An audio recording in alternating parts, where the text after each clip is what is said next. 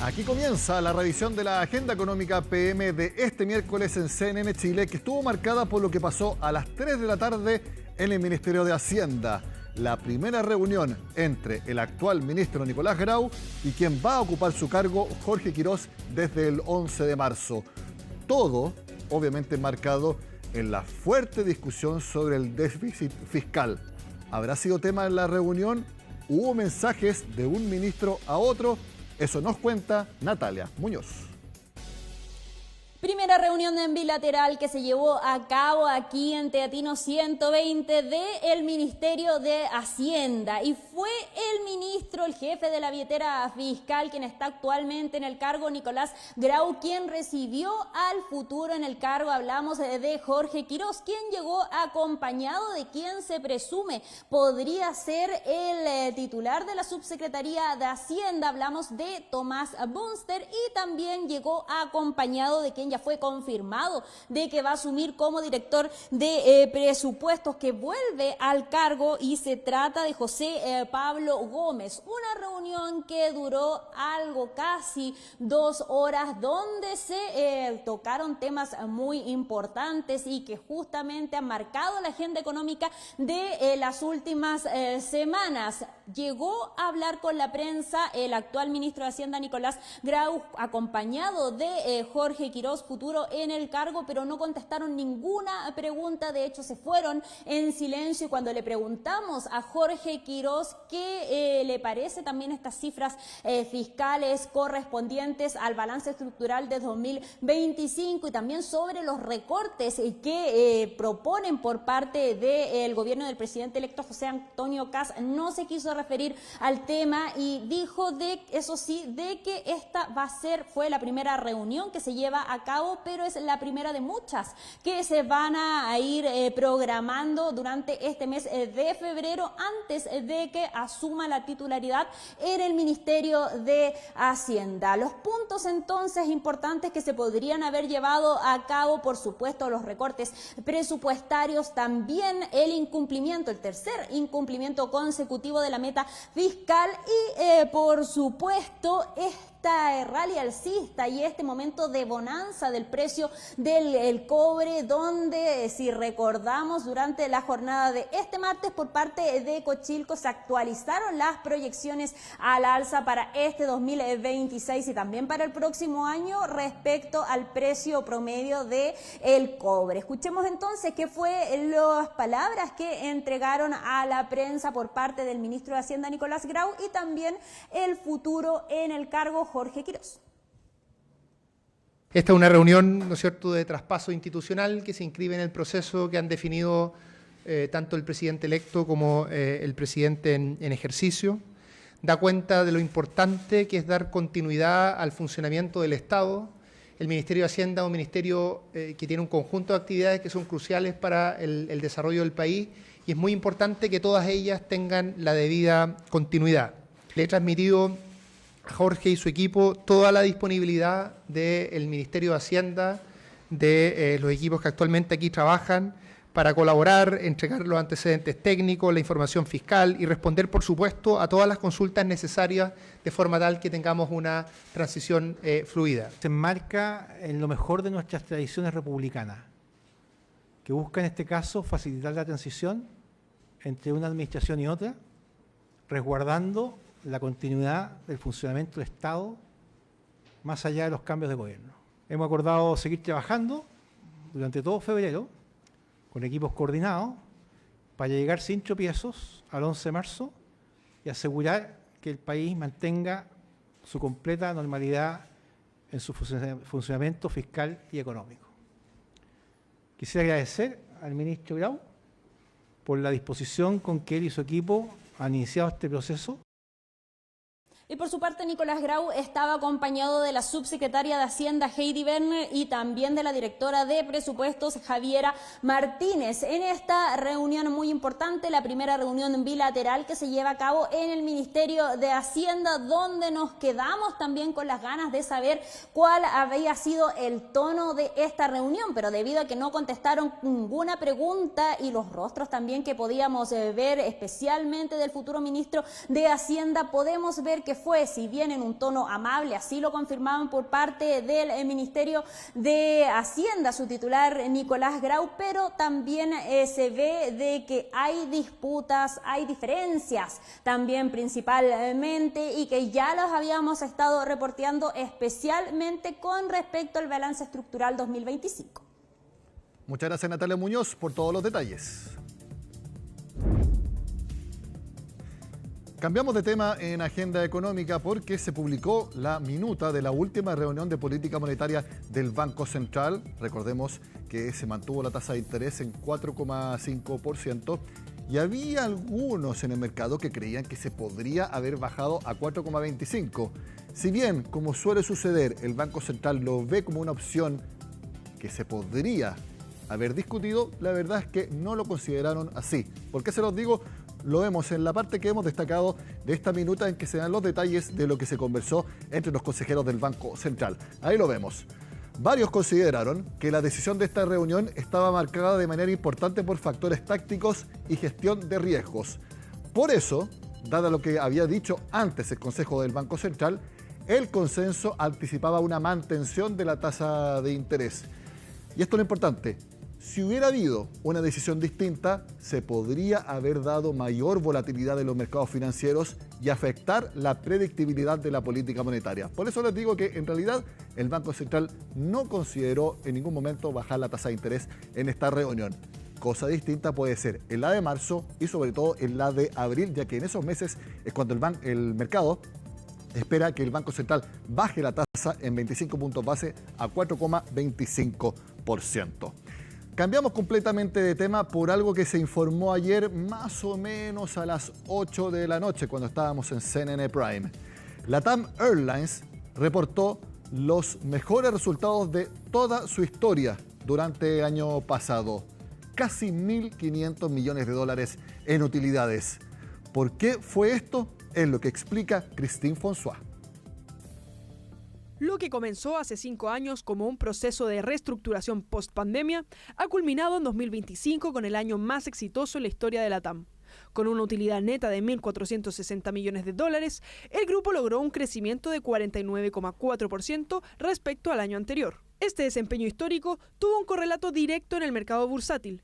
Si a inicios del año pasado la acción en la Bolsa de Santiago se cotizaba entre los 14 y 15 pesos, hoy los papeles han llegado hasta los 29,20 pesos, un aumento de casi el 100% que demuestra la confianza de los inversionistas ante el balance récord reportado por el grupo. No se trata solo de balances financieros. La confianza del pasajero ha vuelto a los cielos. Más de 87 millones de personas volaron con la aerolínea durante el último año, promediando casi 240.000 pasajeros diarios. Este dinamismo operacional se explica en gran medida por el comportamiento de mercados clave en la región. Están el fuerte crecimiento en pasajeros en el mercado doméstico de Brasil, que creció un 13,5%, seguido del tráfico de pasajeros internacionales, que aumentaron un 5,8%. Lo anterior, unido a una contención de los costos, que implicó que el margen operacional subiera desde un 12,7% en 2024 hasta un 16,2% en 2025. Ese impulso en los ingresos operacionales, que rozaron los 14.500 millones de dólares, se complementa con una disciplina financiera que ha permitido elevar el margen operativo al 16,2%. Hoy, LATAM tiene una ventaja competitiva clave. Mientras otras aerolíneas aún enfrentan turbulencias para conseguir repuestos o aviones, la firma chileno-brasileña vuela con ventaja. Que la capacidad de flota que tiene LATAM Airlines en este momento y las órdenes de llegadas de nuevos aviones está bastante en orden en comparación con otras aerolíneas que están sufriendo un poco más. Por ejemplo, Copa Airlines, al tener esta alianza con Boeing y tener la gran parte de su flota en los 737, está teniendo problemas con los motores y por lo tanto las perspectivas de crecimiento de la aerolínea no se ajustan a lo que podría ser. Por lo tanto, ese riesgo LATAM Airlines no lo tiene y me atrevo a decir que es una de las pocas aerolíneas que en el mercado está con ese privilegio de flota. El foco se ha desplazado hacia la experiencia del cliente y la sostenibilidad. Desde la renovación de sus cabinas Premium Business hasta ser reconocida como la quinta aerolínea con mejor desempeño ambiental del mundo. Además, su programa LATAM Pass ya suma 54 millones de miembros, consolidando una base de clientes que será el motor de sus próximos pasos. Para 2026, la hoja de ruta es clara. Las proyecciones estiman un crecimiento de ingresos cercanos al 10%, impulsado nuevamente por el gigante brasileño y nuevas categorías premium para los pasajeros. A pesar de los desafíos económicos en la región, la compañía apuesta a la contención de costos y a un dólar que, de mantenerse estable, seguirá potenciando el deseo de viajar de los sudamericanos. Mientras la TAM informaba estos resultados, su gerente general Roberto Alvo estuvo en un summit en Dubái, lugar donde fue entrevistado por Richard Quest de CNN Internacional. Veamos parte de sus declaraciones. Necesitamos buenas políticas públicas, países que realmente miren hacia el desarrollo industrial dentro de 20 o 30 años. Chile es un buen ejemplo. Chile tiene un proyecto de desarrollo estatal muy bueno y básicamente dijeron 3 cosas. Abramos nuestra economía, construyamos infraestructura y tengamos una intervención gubernamental mínima. Hoy en día Chile tiene el doble de pasajeros que el promedio de los demás países de la región. Cambiamos de tema por otro hito que se marcó este miércoles. Kimal Loaguirre, la que se ha definido como la obra de infraestructura de transmisión energética más importante para avanzar en ese tema muy pendiente en nuestro país, tuvo su primer día de obras. Allí estuvo Pilar Gutiérrez. Un muy esperado comienzo de obras. La megalínea de transmisión Kimal Loaguirre partió su construcción. Se trata de infraestructura clave para la transición energética del país y para fortalecer el sistema nacional. Se trata de traer energía más limpia y más barata del norte del país al centro, donde están los grandes centros de consumo, y además de manera más segura, por lo tanto evitando cortes y apagones como los que hemos tenido en el pasado. Eso significa que los clientes van a pagar tarifas más bajas en el futuro, que las empresas que demandan energía van a poder producir de manera más barata con el consecuente impacto económico. Aquí va a comenzar la construcción de la subestación de Loaguirre, en Pudahuel. Hasta acá va a llegar entonces la energía desde Antofagasta a través de lo que va a ser la línea de transmisión más extensa del país, con 1.346 kilómetros de extensión y pasando por 5 regiones. Y es que si bien el último tiempo la generación ha aumentado con proyectos eólicos y solares, el desafío es contar con líneas de transmisión que puedan hacer llegar esa energía a otros sectores del país y reducir los vertimientos. El inicio de la construcción de un proyecto urgente y habilitante para la transición energética del país. Permite el aprovechamiento más eficiente de las energías renovables. Vamos a tener una infraestructura que va a duplicar prácticamente el sistema de transmisión. Y eso elimina restricciones. El proyecto fue muy comentado, sobre todo luego del gran apagón de febrero de 2025, que dejó prácticamente a todo el país sin luz. Así, muchos expertos lo señalaron como una iniciativa clave para aportar mayor resiliencia al sistema eléctrico nacional. Las fallas siempre van a ocurrir. El punto es que el impacto en la desconexión de los clientes o los usuarios sea menor.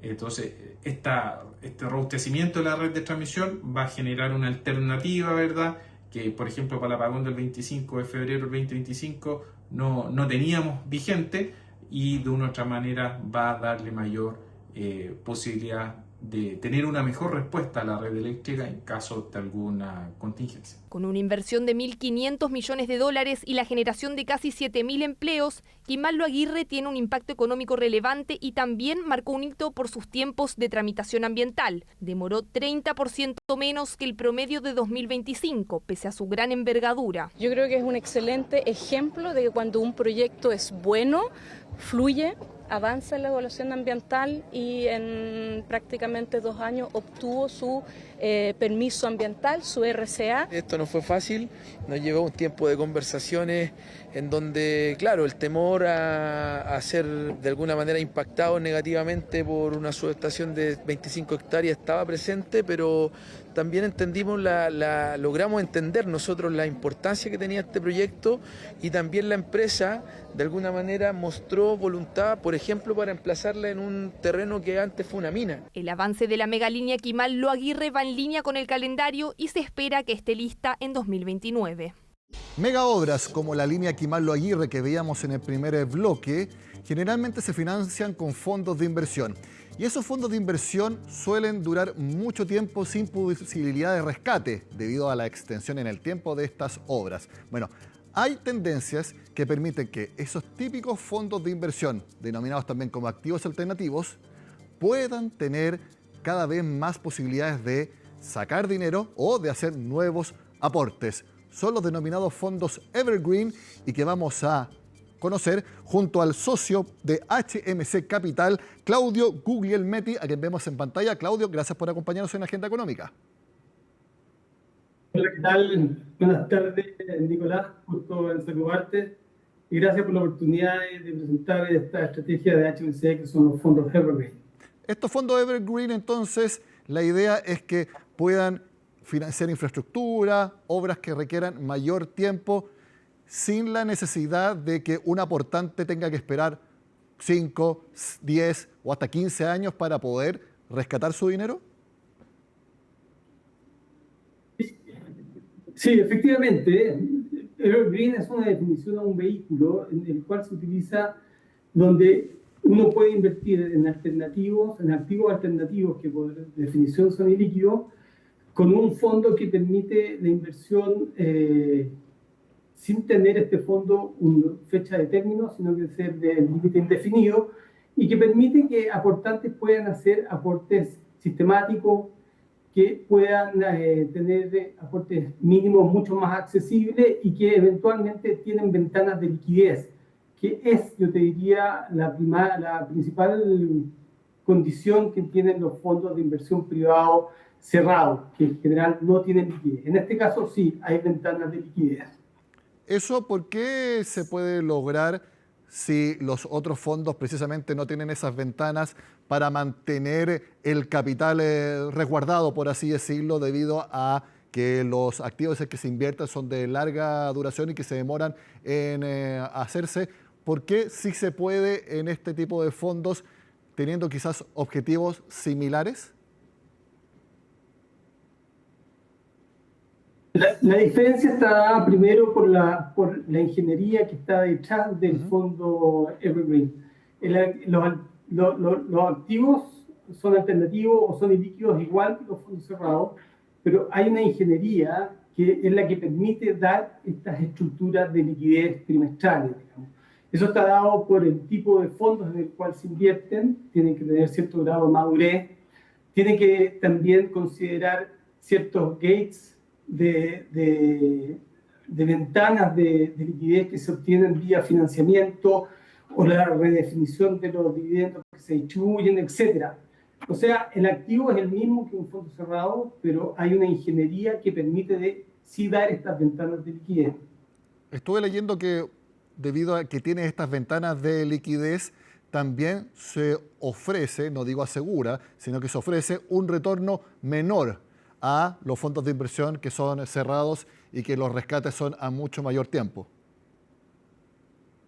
Sí, hay un costo financiero efectivamente en estructurar el fondo para que entregue estas ventanas de liquidez, pero finalmente el retorno sigue siendo muy atractivo.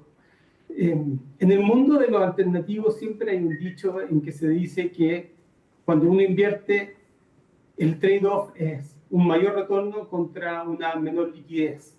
En este caso, lo que hace el fondo Evergreen es desajustar esta relación y permitir obtener un mayor retorno, pero con ventanas de liquidez. Actualmente, ¿cuál es el nivel de desarrollo de este tipo de fondos acá en Chile? Bueno, en Chile uno lo ve, puede considerar fondos Evergreen, ahí ya basta ver la regulación que rige a los fondos de inversión cuando tú tienes la definición de fondos rescatables y fondos no rescatables. Los fondos rescatables de por sí te permiten tener cierta liquidez. Entonces ya tenemos experiencia de esto. Ahora, a nivel mundial, esto es un vehículo que viene en proceso, que viene en desarrollo, que uno está viendo tiene cada vez mayor demanda, porque finalmente lo que genera esto es que inversionistas no necesariamente institucionales puedan optar a este tipo de inversión, a este tipo de retorno. Y por otro lado, uno ve que los gestores también les hace sentido tener estos vehículos Evergreen sin fecha de término, porque de partida les quita la presión de tener que cumplir fechas para liquidar activos, para cumplir las fechas de cierre, le permite tener los activos por mayor tiempo, no tienes el riesgo de lo que se denomina el riesgo de vintage, que es en la época en que yo lancé el fondo. Entonces, si uno analiza, esto tiene una ventaja tanto para el gestor como para el inversionista, y sobre todo para el inversionista no institucional. También es porque, no sé si la palabra sea más fácil, sino que uno puede conseguir más inversionistas si el periodo de rescate es más próximo a tener que estar convenciendo a algún inversionista de que aguante 5, 10 años, que vale la pena esperar ese tiempo para un retorno. ¿Es más simple o requiere menos poder de convencimiento poder obtener inversionistas de esta manera? La verdad es que los fondos alternativos en general, el mayor porcentaje de sus inversionistas son institucionales. Y en ese caso, los institucionales, los plazos no es un limitante. En el caso de los no institucionales, digamos, los inversionistas como los retail, los de alto patrimonio, etcétera, sí, la condición de permanencia es restrictiva y estos vehículos sí lo hacen más atractivo y también más idóneo para los portafolios de cada uno. Y también cuando son fondos de inversión cerrados y por mucho tiempo, el ticket de entrada, la inversión inicial es bastante más alta. Aquí también permite que personas naturales, como se dice inversionistas retail, también puedan considerar estas opciones.